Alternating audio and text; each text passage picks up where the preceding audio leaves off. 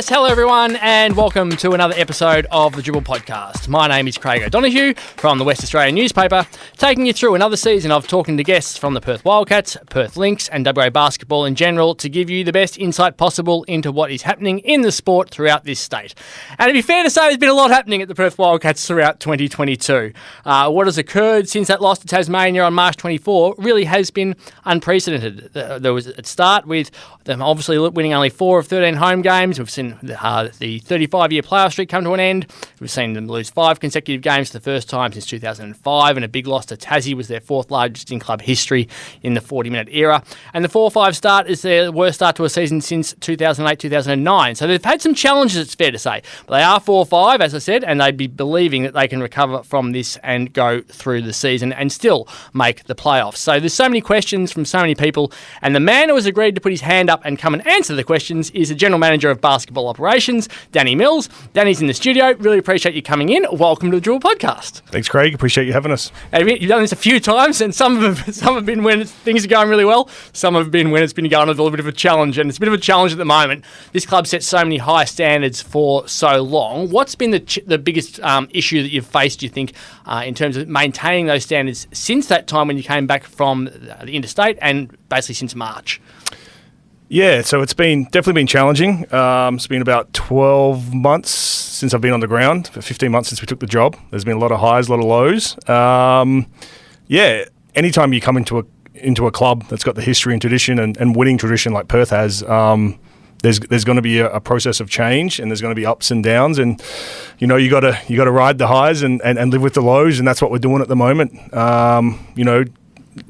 We obviously had Scott last year. We've brought John in this year as our head coach, and we're at 4-5 at the FIBA break, and not where we want to be, but we feel like we've definitely got the right pieces, and we're just going to make it work over the next 2/3 of the season.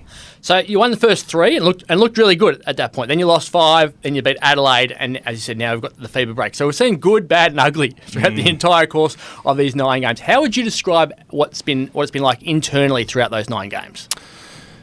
Yeah, what I would say is, process isn't linear, right? There's ups and downs, and we're riding that. Like you said, I thought we had a good preseason. We finally had a preseason where we had a lot of guys in early, and we had a good 2 months where guys were healthy, and we had the imports in early. So we went 4-1 in preseason, 3-0 to start the season, and then we go on that 5-game skid. Obviously not what we expected. And then we go ahead and then we have a good performance against Adelaide. So it's up and down. I think you're seeing that along with the rest of the league as well. So we're 4-5, but we're 2 games out of second, who's 6-3. So it's still really close. I mean, this league's really competitive. And so I think in general, are we where we want to be? No, but are we that far off the mark? I don't think so. I think we've definitely got the right pieces, and John and I are working through with the rest of the staff to see how we can create this consistency going forward instead of having these high highs and these low lows. One of the challenges of being involved with the Wildcats is more people care about this club than any other team in the country, and more people care about this club than some teams combined when you think about it. And there's been a lot of focus on you on court and off court, and Hutchy's name is constantly in social media and it's constantly in our paper. Let's be really honest, you're sick of Hutchy being raised all the time, certainly by us and certainly by a lot of fans. Why shouldn't their angle be directed towards Hutchy, and why should it be directed towards you guys, given some of the comments that have been made in the past about taking blame for things and things like that? Yeah, I guess first of all, I mean, the attractiveness to this job is the fan base and how much people revere the club, and you got to have to ride the highs and live with the lows. And obviously for someone like Hutchy, he's a very public figure, and he's going to be the brunt of a lot of these disgruntled fans, which they're all entitled to their opinion, which they should. They're paying customers, and we embrace that as people that are leading the club going forward. In terms of that, I think we have an incredibly talented and dedicated team on the ground. Speaking of people that have come through the business now, like obviously Sam, myself, you've got John Riley, Mike Kelly, you've got incredibly talented people in the media department, in our events. And so day to day, we're working really hard to try and get this organisation back to the point where, one, it should be, and 2, it deserves to be. So I would say day to day, it's the people on the ground that are making these decisions, and we're learning as we go. So you're saying don't blame Hutchy, blame you, blame John, blame people. Who should people, when people are angry and they want to vent, which people do, if they're not venting towards the Hutchy side, I think who would you like them to be directing that disappointment towards? Yeah, I think it's a collective, right? You win as a group and you lose as a group. I don't think there's one specific person you can vent towards. So I'd say, as a collective, like I said, are we disappointed at 4 and 5 where we're at? Yes. Do we think there's better days ahead? For sure. So I think as a collective, I think it's the whole organisation. And what I can say is day to day, if you saw the hours that go into the preparation, both off the court and obviously on the court, I think when you add up good days, good things are going to happen. And I think better days are definitely coming ahead. So one of the big questions has been around your imports since you took over. And from a recruiting point of view, you've got Michael Fraser, Tayshaun Thomas, Brady Manick as the 3 non-seen imports. You had Vic Law as well and Bryce, but everyone had seen who they were and knew a fair bit about them. So from the sight unseen ones, you got those 3.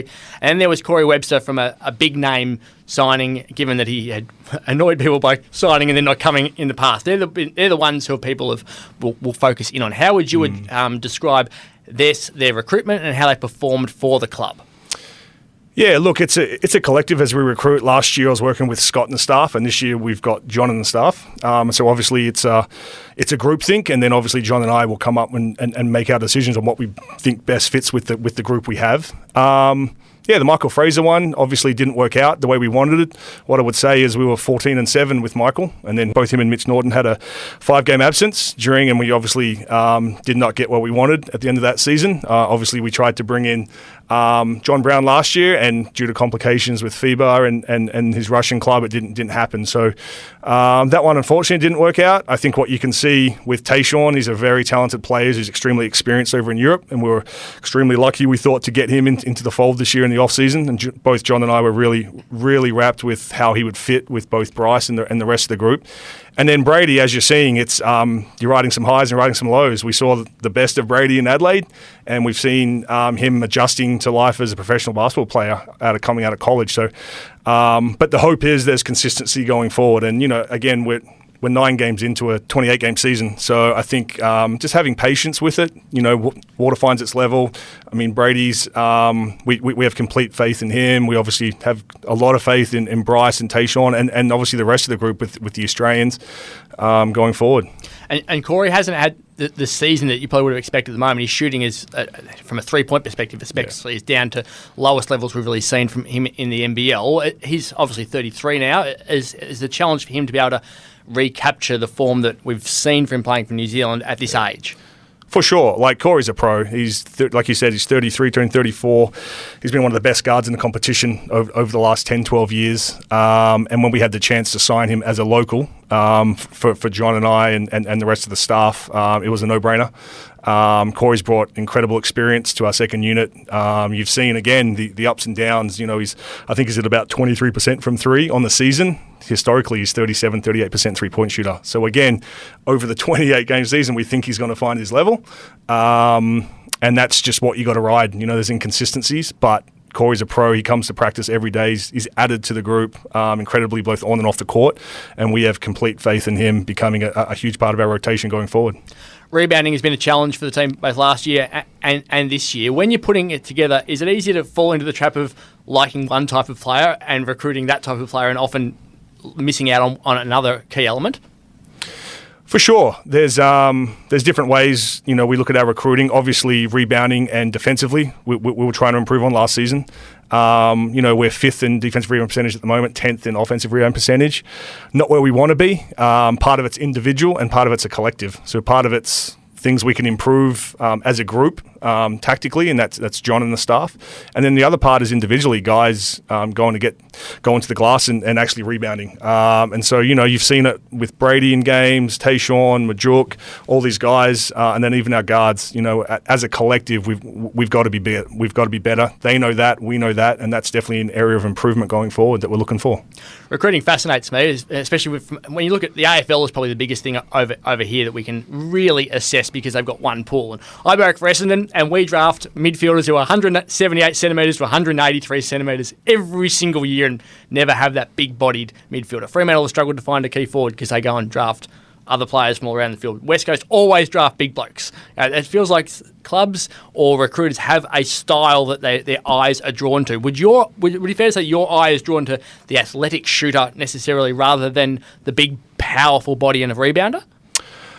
I wouldn't say necessarily. I would say obviously you're trying to recruit guys that fit into the core that you've already got signed for the next year. I think if what comes to mind is obviously skill, basketball IQ, smart players that can fit into a system.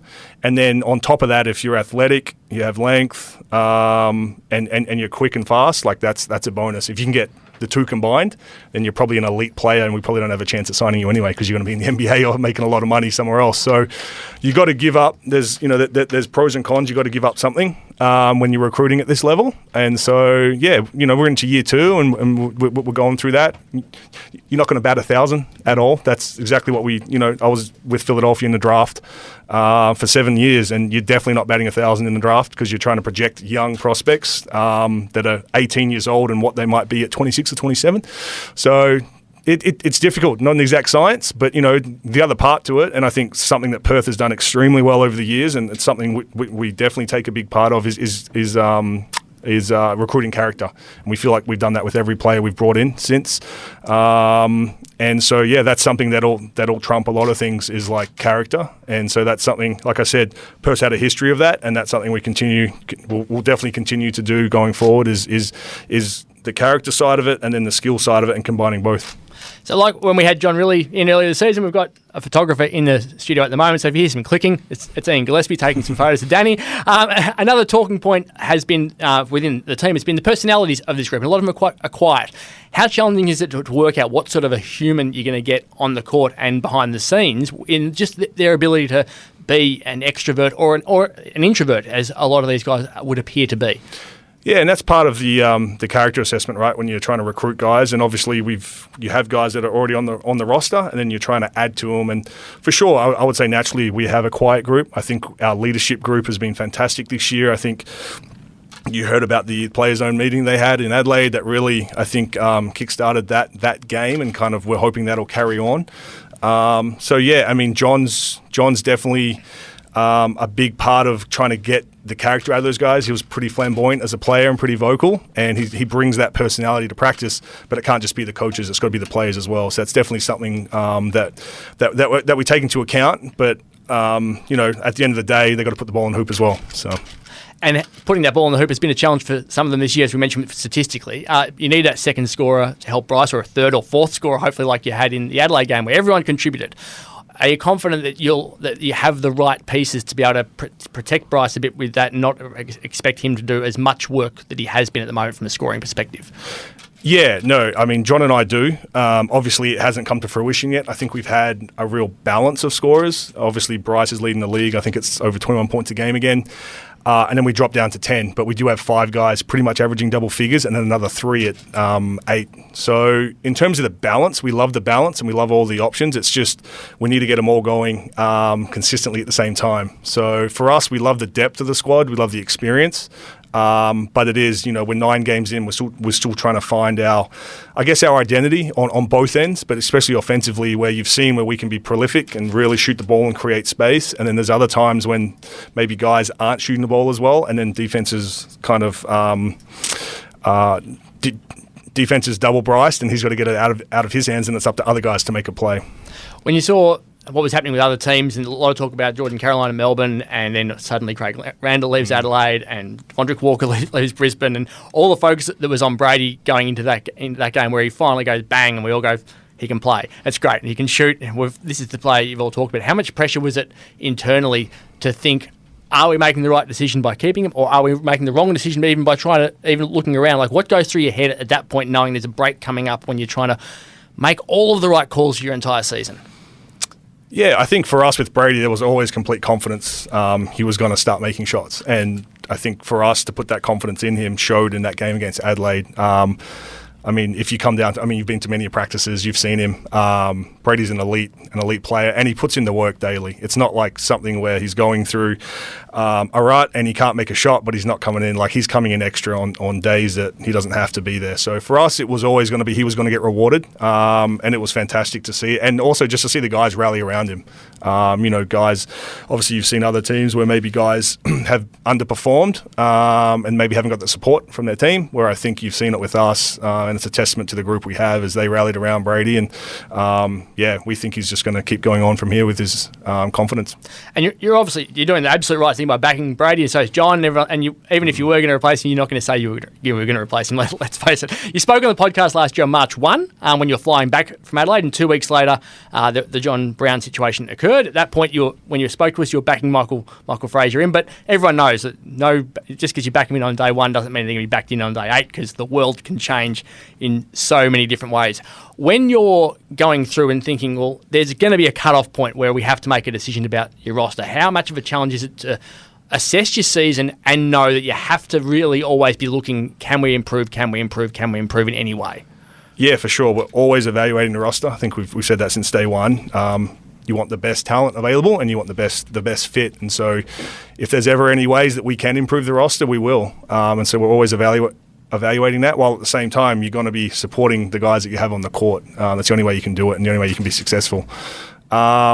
But yeah, there's obviously deadlines. The NBL has rules, and so there's a 7-game period where guys have to play to qualify. And so yeah, for us, whenever that date comes up, we'll continue to evaluate. But until then, we're extremely pleased with the guys we have, and we really think that after that Adelaide game, we've got some really good momentum behind us, and we're excited to get on the court Thursday night against Southeast and kind of keep going in that direction. In retrospect, what were the lessons you took from the whole John Brown situation last year, which a lot of it was out of your control? Like, you would have expected the FIBA to probably get it done within the 2 weeks I think you gave them to get it done. But what do you take out from that now as what could have been done better, or what worked? Yeah, I mean, it's really hard to say. It was a situation that a lot of it was out of our control, something we wouldn't have expected. But for sure, I think it's the same thing we came into that decision with, and the same thing we'll do now is continue to evaluate. And when you make a decision, the decision's made, and you go forward with it. Like I said, we're always going to continue to evaluate the roster, and if we can add pieces that will hopefully, that in our minds, help the team get to a different level, then we're going to look at it. There's one area of the club which I find really intriguing, which is the levels of overall experience in positions as opposed to overall experiences in the game or in business or in life. So you're a second season GM of basketball operations, but you're very experienced in basketball overseas. John really is a first season head coach, but he's very experienced as an assistant coach. Sports Entertainment Group are second season owners, but they're very experienced running media companies and had involvement with Melbourne United as well. Sam Fotu is in his first season at the Wildcats in this position as general manager of commercial or head of commercial, I think it is. Brady Mannix, a first season import. So there's lots of people in first or second years in the specific jobs that they're doing. Is that collective challenging because there's no one who's massively experienced in the actual job they're doing as opposed to the industry that they're in? Yeah, so I think you hit on a couple of points there. I think the one I would stress is the experience overall in the industry, obviously. Myself, John, I think you can Mike Kelly, John and Mike were legends of the NBL. They've been around and for them to come into a club like Perth, the ability to come into a program that's got such a history and a legacy that drew them to this job. Myself and Sam, we have history. We're Perth boys. We're WA state reps growing up. We played together at Willetton, actually played for the same college, not at the same time, but both played at Oregon Tech. And he's obviously got expertise in the business commercial side, and then myself having basketball experience overseas. And so I think while there's new faces, I would say there's a lot of experience in the room. And I would say that also brings good ideas, fresh ideas, ways that we can evolve the club going forward, as well as understanding, like I said, we all grew up around the Wildcats or competed against them like Mike and John, and we understand the history of it and what it means to not only the fans but the state of WA. And so I think there's kind of the best of both worlds in that. Let's talk about pressure. The pressure felt like it was going to explode on this team in that last game last year. We saw it 2016-17 where folks looked ill on the bench when they were just hoping that they would win and get through to the finals. We've just seen the Cricket World Cup where South Africa imploded against Netherlands, and they have imploded in every single World Cup since 1992. They know that their history is a problem for them, and if they need to try to find a way to get through that. We saw Collingwood for decades. The Collie Wobbles were a real thing, even though the players who were playing in 1988 weren't around in 1971. You know, the curse of the Bambino with the Boston Red Sox. Every player who stepped up knew that there was pressure on them because of all that sort of stuff. Your players have always had this pressure on them, but it felt like last year it should have disappeared when the streak went. It feels like it's bigger now. Would you agree that that the pressure feels a little bit bigger to make sure that last year was a one-off rather than a consistent thing? I don't think so. I don't think it's bigger. I don't think it's... These guys are professionals, right? They understand pressure. Obviously, it's heightened at a place like Perth, as it should, and that's why we're all here. That's why we're in these roles. Much better to be at a place like Perth where you have these expectations than going to a place where there are no expectations. So for us and for the players, is there pressure every game? Yep, and that's probably not going to go away until success comes. So for us, that's the motivating factor. How can we get back to that elite level? And that's what we're all building towards day to day, whether it's off the court or on the court. Is there anything you can do for them at the moment to... I mean, Sandy Gordon's been around the club for a long time, helping them from a mental point of view. Is he still involved, or is there something else you're doing to try to help them with that constant, you cannot miss the finals, whereas other clubs can miss the finals and it isn't the end of the world? Yeah, so we had Sandy, and he'd been around the club for a long time. We transitioned to Kim Mercer this year. She's the new sports psychologist. She's been fantastic. She's taken the guys through group sessions and individual sessions, and we give the players and the staff all the resources they need from a mental health standpoint. That's something that's obviously we have to give as a club, and we want to give the players. And then obviously, with the staff, I think John and Mike especially do a fantastic job of just having the guys understand, let's take this game to game, as opposed to looking at it as we have to make finals or we have to win a championship. Let's do it day by day, game by game, and keep building in that sense, as opposed to looking at it as a macro level. The recent series, recent series of games, you had 4 games in 9 days, three flights. It was going to be hard, and history tells us that the late December to early January period is really tough for this club as well. RSC Arena isn't available due to tennis, and you're going to be going from Brisbane to New Zealand to Adelaide on December 1, 3 and 9. Then you've got 2 home games followed by Cairns December 20, a break for Christmas, and then across 12 days you're in Brisbane, Illawarra, New Zealand and Sydney. That's tough. How will you handle that sort of schedule? Are you going to stay away for extended periods? Will you constantly fly in and out? Because what you just had then was really, really challenging, and it obviously didn't work out from an on-court perspective. Yeah, no, it's a great question. So we, obviously, when we get the schedule every year, we go through with Josh Kavanagh, sports performance, Dan Webster, our physio, John and myself, and we look at ways that we can minimise either travel or potentially stay longer on some instead of having to travel back and forth. Obviously, Perth's always at a disadvantage. We're the most isolated capital city in the world, aren't we? So obviously travel is going to be a big factor. And that late December, January run of road games is tough. I think it'll be great. It'll test our character. Actually, sometimes being on the road can actually get you closer together as a group. But yeah, we'll go...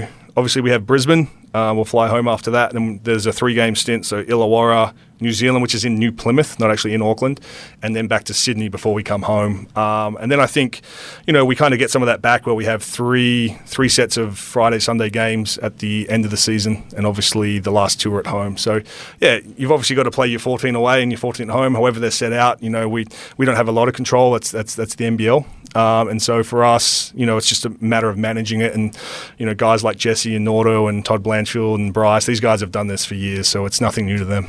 Is New Plymouth like whoop whoop? Like how do you get to New Plymouth? Do you have to fly to somewhere and then bus it, or is there a second flight once you get over there? Yeah, no, there is an airport there, but yeah, it's definitely obviously not Auckland. It's a smaller stadium. I think it sounds like the Breakers are taking a few of their games regionally, which is really cool. Trying to embrace their get back to their fan base through the whole country. But obviously we've got one coming up in Auckland, and then our second one will be in New Plymouth. So cool for guys to see a new part of New Zealand, I guess. Let's address your home fixture. It's challenging challenging for fans. Thursday last week, Thursday this week, Thursday next week, Monday the week after that. Fans were upset in 2018 when the league made it Sunday afternoon games, and it became a back page story that the crowds were dropping. People couldn't get to those sorts of games, and we saw a really low crowd for the most recent match. Do you have any say over when you play when it comes to the NBL fixture, or do you just get given what you're given? What controls do you have from a requesting point of view as in charge of basketball ops? No, it's a good question. You can put in preferences of when you would like to play. Obviously, we want to put in preferences where we're going to maximise attendance and be friendly to fans and members. And for sure, if I was a fan, I wouldn't be happy with Thursday games either. But again, that's part of the NBL scheduling that. That's part of their TV deal as well. So the Thursday games are unfortunate. Obviously, Monday as well. It's not great for family attendance. But obviously, getting Friday nights and some Saturdays and then Sunday afternoons are what we're looking for. And so, yeah, it's a bit of both. Obviously, you're dealing with trying to build the game up, and they're trying to play over a certain period of time through the summer, and then what comes with that is them having to play more games over more days, and so you're given some that probably aren't your preference. So at the moment, the control is, it's not you guys who are saying give us Thursdays, it's the NBL saying you have to play Thursdays. 100%. Yep. 3 of your 4 wins so far from a fixturing point of view have been against the bottom 3 teams. You're yet to play Sydney or New Zealand, who are going really, really well. They're 1 and 2 at the moment and are the benchmarks. How concerned are you about the inability really to know where you sit against the elite teams when you've in the position you are and you've been playing a lot of the lower teams right now? Yeah, I mean, we saw everyone up in Darwin, so we were up there for a week. We got to see everyone play 3 times. So for us, what I'd say, I think the league's very, very competitive this year. Obviously, Sydney and New Zealand have got out to great starts, and then you've got a whole group of teams, including us, that are sitting at that 500 mark. We're just a little bit under, but again, we're 4 and 5, and if we, and we're 2 games out of second place, with New Zealand being 6 and 3. So I think it's an incredibly close league. I think that's going to continue throughout the whole year. I think you've seen more away teams win than home teams, and just crazy up and downs. You saw Melbourne's weekend where they went up to Cairns and lost by a large amount, and then went home and beat Southeast Melbourne by a big amount as well. So I think it's going to be a season of that. For us, it's about finding consistency, obviously at home especially, and then winning those games on the road and trying to find our way into that top 2 by the end of the season. Do you have any idea about what it's going to take to make the play-in tournament? It's a really weird thing when you've got 6 teams this year. 15 wins would have done it last year, but then 7th was on 10 wins. So do you look at it all and try to work out what you think will be the number? Yeah, I mean, I gave up after last season, to be honest. I mean, trying to guess that. 16 and 12 last year, obviously. So honestly, I couldn't. I think we're just going to take it game by game, get above 500, and then try and continue our upward trajectory into that top 2. So today's Tuesday. We went to training today. Luke Travers wasn't there. He was ill, but he's looked sore for a while. Didn't go to Kazakhstan. I reckon I've seen him roll his ankle a couple of times. I've seen him cork his calf. I saw him get his head split open against Melbourne United. And he's flown around the US for half this year doing a crazy program to get himself drafted and then to play in the Summer League. How's his body? It's been a brutal schedule for him.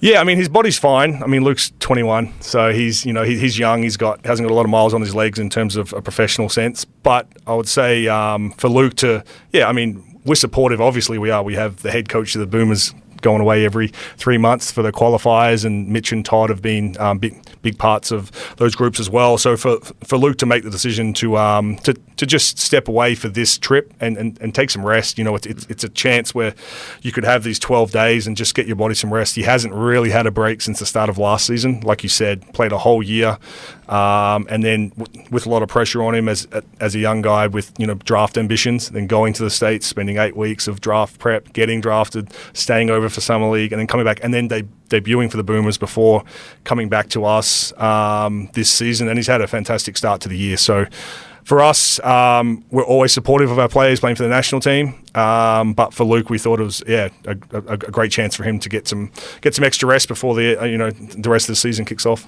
You mentioned yourself and Sam Fotu before. As I said, playing basketball together at the same club, then going to the same college, which is unique, and now being in charge of this club together. Talk to people about what your day-to-day roles are and what because you mentioned before, obviously you got the people who are here and you got Hutchy who's over there not looking after the club, but effectively it's you guys. So what do you guys do day to day in terms of what the basketball operations role is and what he's doing?